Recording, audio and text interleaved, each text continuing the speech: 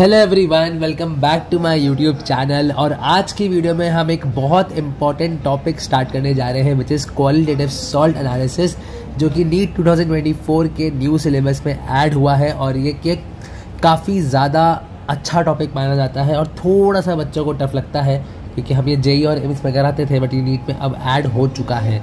तो मैं इसको अपने अलग तरीके से कराऊंगा। मेरा पढ़ाने का तरीका इसको थोड़ा सा अलग है, बट अगर आप मेरे सारे लेक्चर्स देखोगे, सीक्वेंस वाइज देखोगे, तो आपको ये चैप्टर बहुत अच्छे से समझ भी आ रहा होगा और जो चीज़ें इसमें याद रखनी होती हैं वो आपको याद भी रह रही होंगी। ठीक है, तो स्टार्ट करते हैं। सबसे पहले मैं आज डील करूँगा basics of qualitative salt analysis से। ठीक है, तो पहली चीज़ भाई जान लो। पहली चीज़ एक बात कर लेते हैं कि भैया सॉल्ट क्या होता है। ठीक है, बात करते हैं कि क्या होता है हमारा सॉल्ट क्या होता है। ठीक है, अगर मैं बोलूं कि मेरे पास ए भी एक सॉल्ट है, तो भाई उसके अंदर क्या होगा, ए एक मान लो कैटायन होगा, मान लिया मैंने ए प्लस क्या होगा कैटायन होगा, और बी माइनस क्या होगा मान लो एनायन होगा, है ना, ऐसा कुछ मान लो। तो एक कैटायन एनायन से मिलने वाली चीज़ क्या होती है, सॉल्ट बोलते हैं। अब मान लो मैंने आपको एक सॉल्ट दिया, आप क्लास 12th में करते थे ना कि आपको एक पर्चा मिलता था, उसमें कुछ सॉल्ट मिलता था। हालांकि आपने तो कभी पता किया नहीं, आपने तो लैब असिस्टेंट से देख के पता कर लिया। आपको मिलता था कि एक सॉल्ट है, पर्चे में दिया है, उसमें पता करो कि भैया हमारे पास कैटायन कौन सा है और पता कर लो भैया हमारे पास कि एनायन कौन सा है ना। ये प्रैक्टिकल हम करते थे क्लास 12th में, है ना। मानता हूँ आपने किया कभी नहीं होगा, बट अब सीख लो। ठीक है, तो भैया इसको ही पता करना। हम ये नहीं पता कर रहे कि ये कितनी मात्रा में है, हम भैया बस ये पता कर रहे हैं कि भैया हमारे पास कौन सा कैटायन है और कौन सा एनायन है।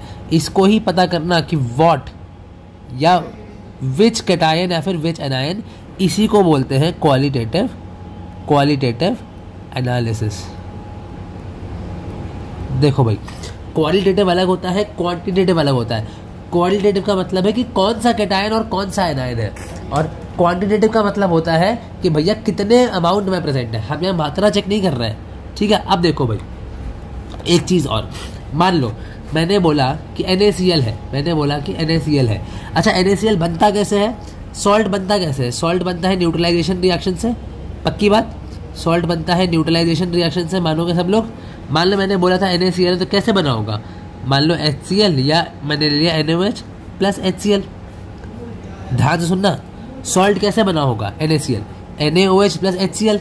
भाई NaOH क्या है, बताओ बेटा NaOH क्या है, एक बेस है, और HCl क्या है, एक एसिड है। अब मुझे ज़रा बताना कि हमें फिर Na प्लस कहाँ से मिला, Na प्लस मिल रहा है बेस से, समझ में आया, हमें Na प्लस मिल रहा है बेस से। और Cl माइनस कहाँ से मिल रहा है, Cl माइनस मिल रहा है हमें एसिड से। बैकग्राउंड नॉइज़ को प्लीज़ इग्नोर करना, अब बस अपने पढ़ाई में ध्यान दो। ठीक है, एसिड से। तो याद रखना, इसीलिए हम कैटायंस को क्या बोलते हैं बेटा, हम कैटायंस को बोलते हैं बेसिक रेडिकल। क्या बोलते हैं, बेसिक रेडिकल। एनायंस को क्या बोलते हैं, हम एनायंस को बोलते हैं एसिडिक रेडिकल। क्या बोलते हैं, एसिडिक रेडिकल।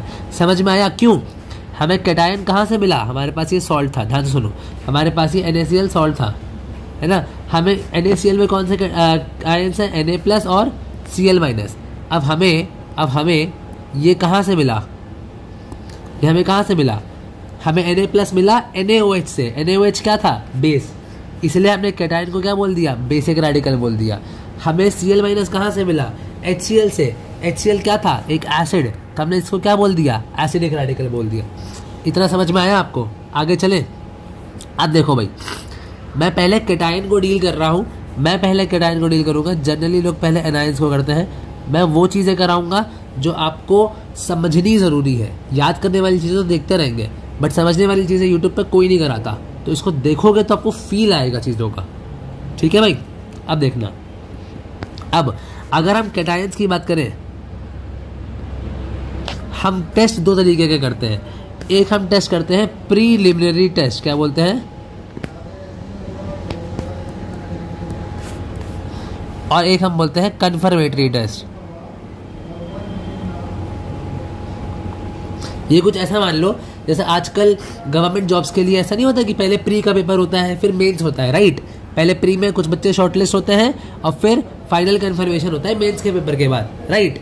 या फिर अगर मैं जेई के बच्चों की बात करूं तो भैया पहले जेई मेंस होता है, उसमें कुछ बच्चे शॉर्टलिस्ट होते हैं, फिर जेई एडवांस होता है, राइट। कुछ ऐसा ही मान सकते हैं, बिल्कुल बढ़िया एकदम। तो कुछ ऐसा ही है।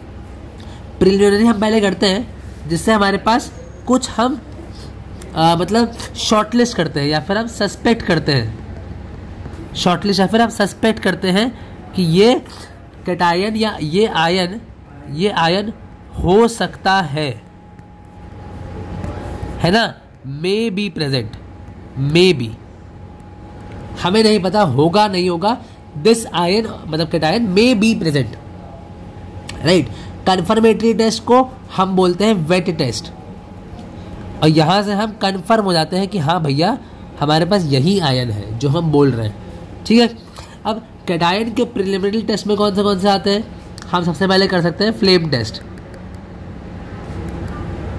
फ्लेम टेस्ट में कुछ नहीं होता भैया, हम मतलब डिफरेंट कलर्स आते हैं, उनके बेसिस पर डिस्कस करते हैं, और एक हम पढ़ते हैं बोरैक्स बीटा टेस्ट, या वैसे पढ़ते हो ग्रुप 13 ऑफ पी ब्लॉक में भी पढ़ते हो, और इन दोनों को मैं बाद में पढ़ाऊंगा। सब लोग पहले पढ़ाते हैं, मैं बाद में पढ़ाऊंगा, यही करण सर का थोड़ा डिफरेंट स्टाइल है। क्या रीज़न है इसका कि आप डिफरेंट बाद में पढ़ा रहे हो भाई, इसमें चीज़ें ज़्यादा याद करने वाली होती हैं, मुझे वो चीज़ें पढ़ानी है जिससे आपका डर दूर होगा, आपका बेस क्लियर होगा, आपका कंसेप्ट स्ट्रांग होंगे। मैं सही में बता रहा हूँ, जिसने मेरी पूरी सीरीज़ देख लिया, समझ लिया पूरे वीडियो को, उसको दिक्कत नहीं आने वाली। तो भाई स्टार्ट करते हैं कन्फर्मेटरी टेस्ट से। देखो भाई, पहली चीज़ ये है कि हम कैटायंस को कुछ ग्रुप में बांटते हैं। ग्रुप में बांटने का रीज़न क्या है, ग्रुप में बांटते हैं 0 से लेकर 6 तक। 0 वाला अलग है, 6 वाला अलग है, ठीक है। 0 में हमने रख दिया है अमोनियम को, और फिर 1 से 6 होता है, ठीक है। हम ग्रुप में बांटते क्यों हैं, ग्रुप में बांटते हैं टू प्रिवेंट इंटरफेरेंस। क्या बोला मैंने, टू प्रिवेंट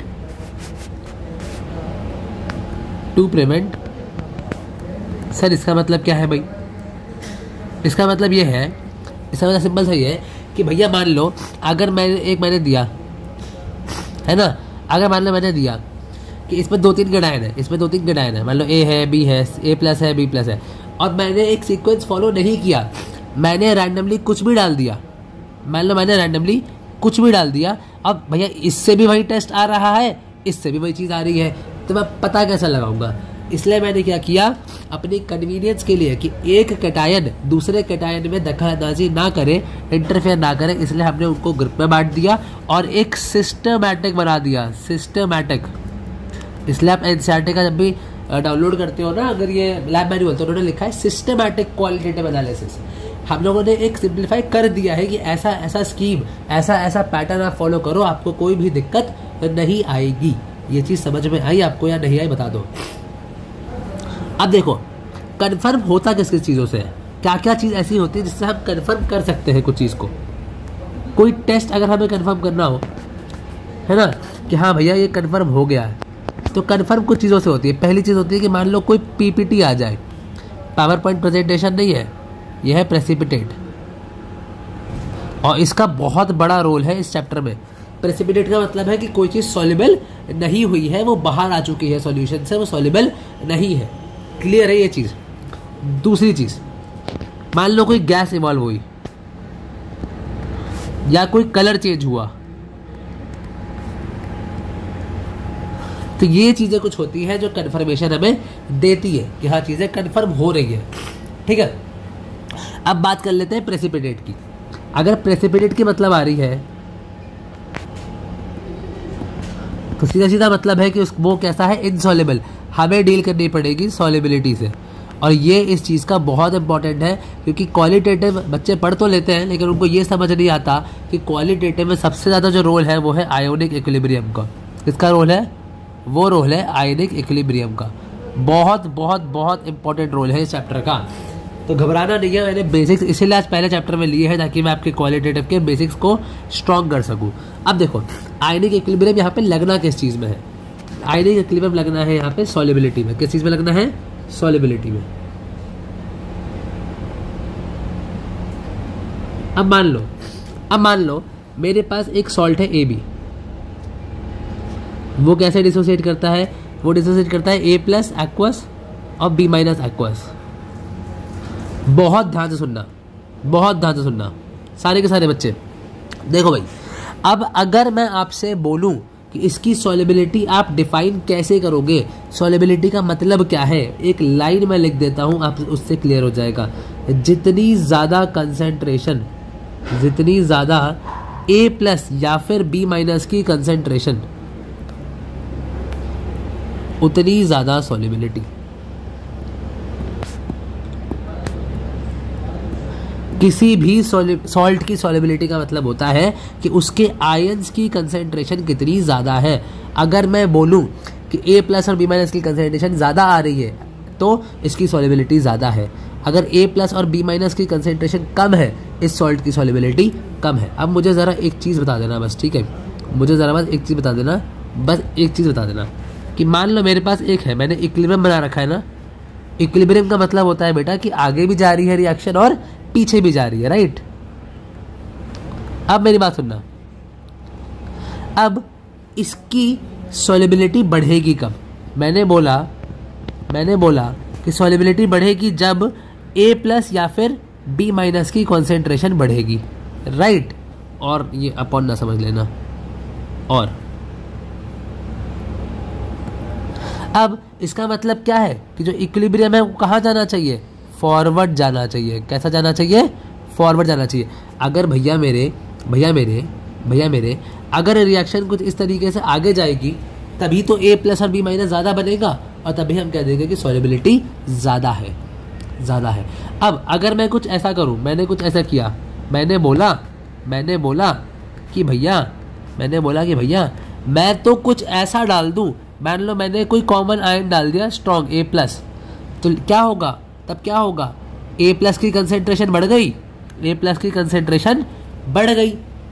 अब भागना नहीं, सुनो ध्यान से। अब ली चैटलर क्या बोलता है? ली चैटलर प्रिंसिपल बोलता है कि अगर इसकी कंसेंट्रेशन बढ़ चुकी है तो रिएक्शन वहां जाएगी जहां ये कम हो रहा होगा, मतलब ये फिर बैकवर्ड जाएगी। मतलब क्या हो गया? इसकी सॉल्युबिलिटी क्या हो गई? कम हो गई। समझे? एक मेरे पास सॉल्ट था, फिर मैंने उसका ही एक कोई कॉमन आयन डाल दिया जो कि स्ट्रॉन्ग है, तो वो क्या करता था? सप्रेस करता था ना डिसोसिएशन को। तो वो क्या किया? समझो इस चीज़ को कि भैया ए प्लस की कंसेंट्रेशन बढ़ गई, मैंने ऐड किया है, तो उससे क्या होगा? ली चैटलर कहता है कि जो तुमने चेंज किया है उसको तुम वापस ले जाओ। मैंने क्या किया? मैंने ए प्लस को बढ़ाया। अब ली चैटलर के अकॉर्डिंग मुझे ए प्लस को कम करना है। मैं कम कैसे करूँगा? जब मैं बैकवर्ड ले जाऊँ, है ना, इधर आऊँगा तो इधर ए प्लस कम हो रहा है ना, तो रिएक्शन कैसे चलेगी? बैकवर्ड का मतलब क्या हुआ? इधर आ रहे हैं मतलब क्या हुआ? ए प्लस की कंसेंट्रेशन कम हो गई। इसका मतलब क्या है बेटा? सॉल्युबिलिटी कम हो गई। ये चीज़ें बहुत काम में आनी है, आज समझाऊंगा कैसे। अब मेरी बात सुनना बहुत ध्यान से, सुनना।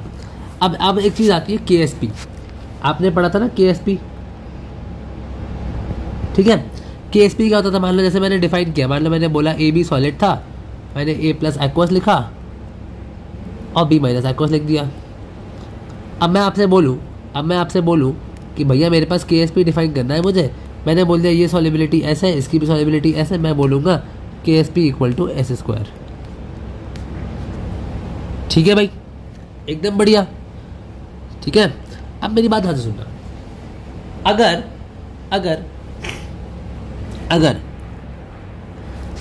मान लो मेरे पास कोई भी कैटायन है, कोई भी मिक्सचर है, मैंने ऐसा कुछ डाला कि मेरे पास क्लोराइड माइनस आ जाए। क्या आ जाए? क्लोराइड माइनस मैंने डाला और यहाँ पे मेरे पास कैटायन है, तो भाई सबसे पहले प्रेसिपिटेट कौन करेगा? मुझे ध्यान से सुनना, भागना नहीं। PPT किसका आएगा? सबसे पहले PPT उसका आएगा जिसका KSP क्या होगा? सबसे कम होगा। KSP क्या होगा? सबसे कम होगा।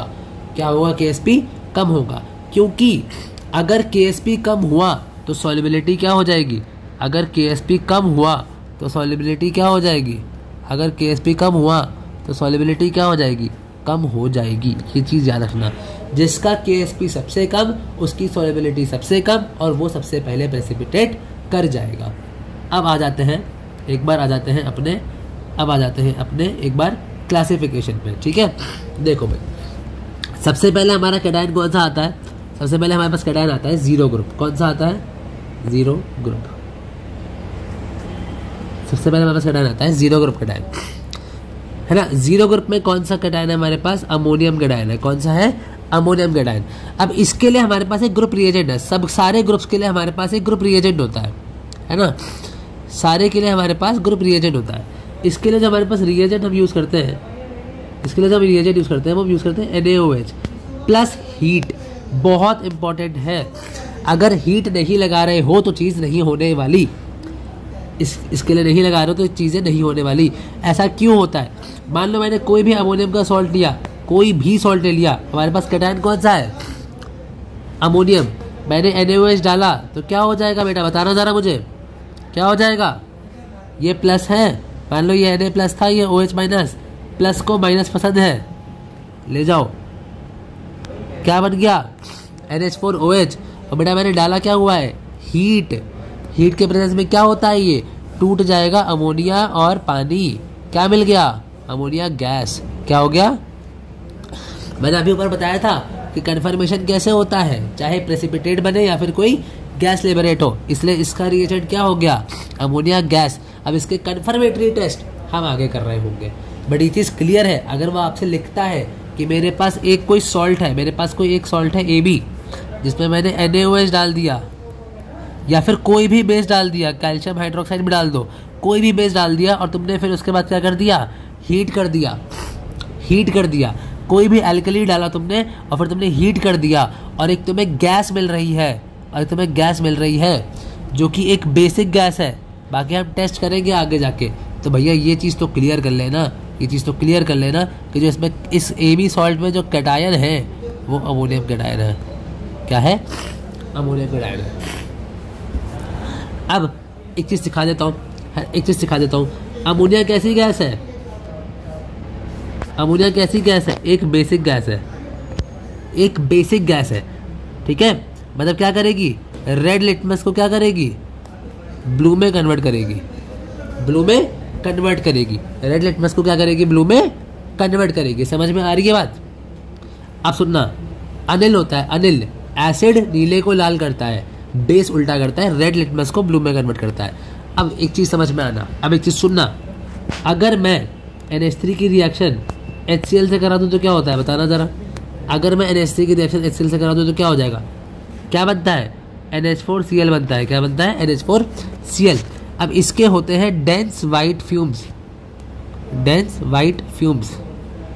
अब इसमें यही प्रॉब्लम है कि बच्चों को चीज़ें जिस तरीके से कलर और ये सब चीज़ें बहुत ज़्यादा रखनी पड़ती है, इसलिए इनको बेकार लगता है। बट आप इसकी बार बार लिख के प्रैक्टिस करोगे ना तो आपको बहुत आसान लगेगा।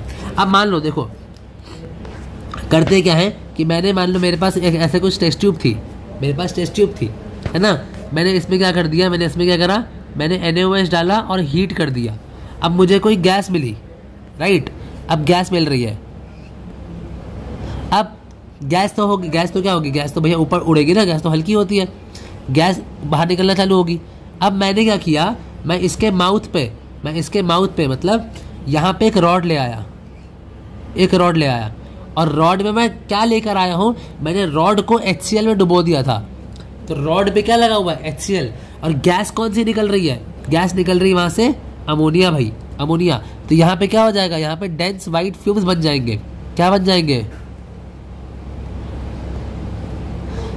किसके बनेंगे ये? अमोनियम क्लोराइड के। और हमें क्या कंफर्म हो चुका है कि जो कैटायन था वो कौन सा था? अमोनियम। तो वो क्वेश्चन ऐसे ही पूछेगा, वो क्वेश्चन कुछ नहीं बोलेगा, वो बोलेगा कि एक AB सॉल्ट है, मैंने उसमें NaOH डाला, मैंने फिर इसको हीट किया, एक गैस मिली A। उस गैस के साथ मैंने माउथ पे क्या कर दिया, एक मैंने पास रॉड लगा दी विद HCl, तो डेंस वाइट फ्यूम्स मिल गए, है ना, B के। अब पूछेगा कि मुझे बता दो कि भैया गैस A कौन सी है ना, आपके पास B कौन सा वाइट फ्यूम्स है और कैटायन कौन सा था? कुछ नहीं है, मैंने आपको सिखाया है कि जब भी किसी भी सॉल्ट में हम कोई भी बेस डालें और हीट करें, एक कोई गैस लिबरेट हो रही है तो, और जो कि HCl के साथ वाइट फ्यूम्स दे रही है, तो तुम्हारे पास गैस कौन सी हुई? गैस तो हो गई अमोनिया गैस, राइट। ये क्या बन रहा है डेंस वाइट फ्यूम्स? वो बन रहा है NH4Cl। कैटायन कौन सा हो जाएगा? मैंने किसका टेस्ट करवाया है? NH4 पॉजिटिव का। और कोई पूछे कि ये कौन से ग्रुप में है भैया? ये है 0 ग्रुप में है भैया। समझ में आया? पक्की बात है। अब देखना ध्यान से, अब देखना ध्यान से, अब देखना ध्यान से। अब अगर मैं स्टार्ट करूं कि ग्रुप 1 2 6,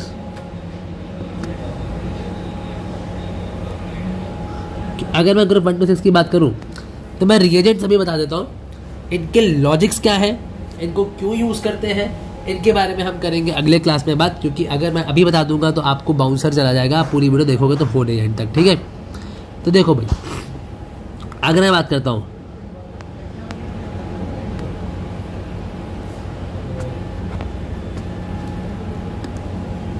ये देखो, ये है भैया हमारा ग्रुप 1। वैसे तो ग्रुप 1 में और भी कैटायंस होते हैं, बट आपके सिलेबस में जो जो है मैंने वो मेंशन किए हुए हैं। तो ग्रुप 1 में हमारे पास Pb2+ दिया है। इनका जो रिएजेंट होता है, मैं रिएजेंट लिख देता हूँ, ग्रुप का एक रिएजेंट है ना, इसका होता है डाइल्यूट HCl। क्या होता है ग्रुप 1 का? Dilute HCl। क्यों होता है, इसके सारे रीजन समझेंगे प्रॉपर, विद रीजन चल रहे होंगे, बिना रीजन के मैं कोई भी काम नहीं करूंगा, ठीक है। ग्रुप 2 में Pb2+ और Copper2+ डाल रखा है आपके सिलेबस में। Pb2+ 2 बार क्यों आया, इसका भी रीजन आपको अगले वीडियो में मिलेगा। इसका रीजन होता है H2S in presence of HCl। अभी बस आप ये लिख के कंप्लीट कर लो अपने नोट्स में, मैं आपको सिखाऊंगा इन सबके रीजन कि ऐसा क्यों है, ठीक है। ग्रुप 3 में कौन है? एल्यूमिनियम 3+ और आयरन 3+। इनका रिएजेंट कौन होता है? NH4Cl प्लस NH4OH, ठीक है। ग्रुप 4 में क्या होता है? H2S in presence of NH4OH। Group 5 में कौन होता है? अमोनियम कार्बोनेट इन NH4OH। और मैग्नीशियम का हम नेक्स्ट क्लास में करेंगे। इन सबके रीजंस हैं, इन सबके रीजंस हैं, इन सबके रीजंस हैं, प्रॉपर रीजंस हैं। ऐसा क्यों कर रहे हैं, ऐसा क्यों नहीं कर रहे हैं।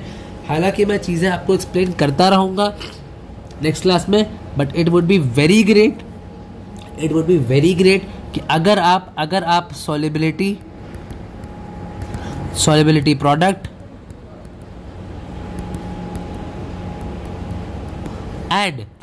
एंड आपका सॉल्युबिलिटी प्रोडक्ट एंड आप अपना क्या करके आओ, कॉमन आयन इफेक्ट को रिवाइज करके आओ। आपको बहुत हेल्प मिलने वाली है। ऐसा क्यों करते हैं, डाइल्यूट क्यों ऐड किया, कॉम्प्लेक्स हमने कॉन्सेंट्रेटेड क्यों नहीं ऐड किया, इन सबके रीजंस में हम बात करेंगे, ठीक है।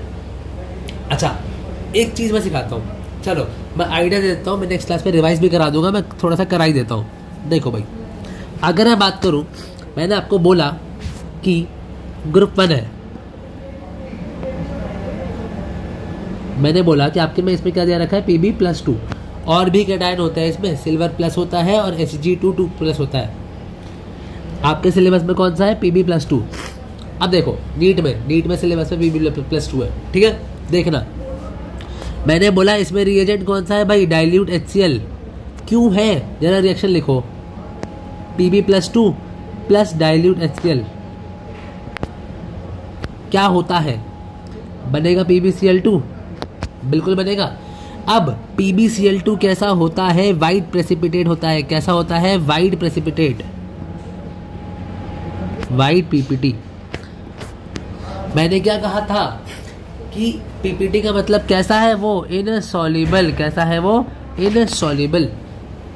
मैंने क्या कहा था कि मान लो मिक्सचर ऑफ कैटायंस है, मैंने कोई रिएजेंट डाला तो वो क्यों प्रेसिपिटेट हो रहा है? क्योंकि लेड के क्लोराइड का KSP कम होता है। KSP PbCl2 का ग्रुप 1 के क्लोराइड्स, कोई आपसे पूछे कि ग्रुप 1 में डाइल्यूट HCl क्यों डालते हैं? क्योंकि ग्रुप 1 के क्लोराइड्स आर इनसॉल्युबल। कोई अगर आपसे पूछे वाई डाइल्यूट HCl इन ग्रुप 1, वाई डाइल्यूट HCl इन ग्रुप 1, क्योंकि उनके क्लोराइड्स कैसे होते हैं? Are insoluble. इनसॉल्युबल का मतलब क्या हो गया बेटा, लो KSP। मैं आपको अभी सारे बेसिक्स क्लियर कर रहा हूँ, कंफर्मेटरी टेस्ट हम बाद में आराम से करते रहेंगे, ठीक है। समझ में आ रही है बात, अच्छे से क्लियर है इतना, ठीक है। अच्छा, अब आपके मन में क्वेश्चन आ रहा होगा कि अगर आपने कॉन्सेंट्रेटेड डाल दिया होता तो क्या होता, वाई नॉट कॉन्सेंट्रेटेड HCl। ज़्यादा HCl डाल दोगे ना तो ये PbCl2 सॉल्युबल हो जाता है, PbCl2 सॉल्युबल हो जाता है, इसीलिए नहीं डालते, है ना। और ये PbCl2 हॉट वाटर में भी सॉल्युबल होता है। PbCl2 कैसा होता है, soluble in hot water.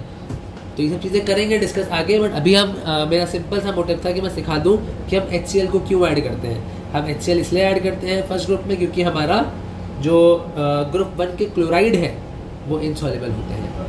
PbCl2 का कैसा आ गया, वाइट प्रेसिपिटेट आ गया, कैसा आ गया, वाइट प्रेसिपिटेट आ गया। समझ में आया या नहीं आया ये बता दो। अब हम ग्रुप 2 में ऐसा क्यों करते हैं, ग्रुप 3 में ऐसा क्यों करते हैं, वो सब डिस्कस कर रहे होंगे हम नेक्स्ट वीडियो में। तब तक के लिए बने रहिएगा चैनल पे, सब्सक्राइब करिएगा चैनल को, शेयर करिएगा और अपने कमेंट्स को जरूर डालिएगा कमेंट सेक्शन में। मिलते हैं अगले वीडियो में, तब तक के लिए stay tuned, thank you so much.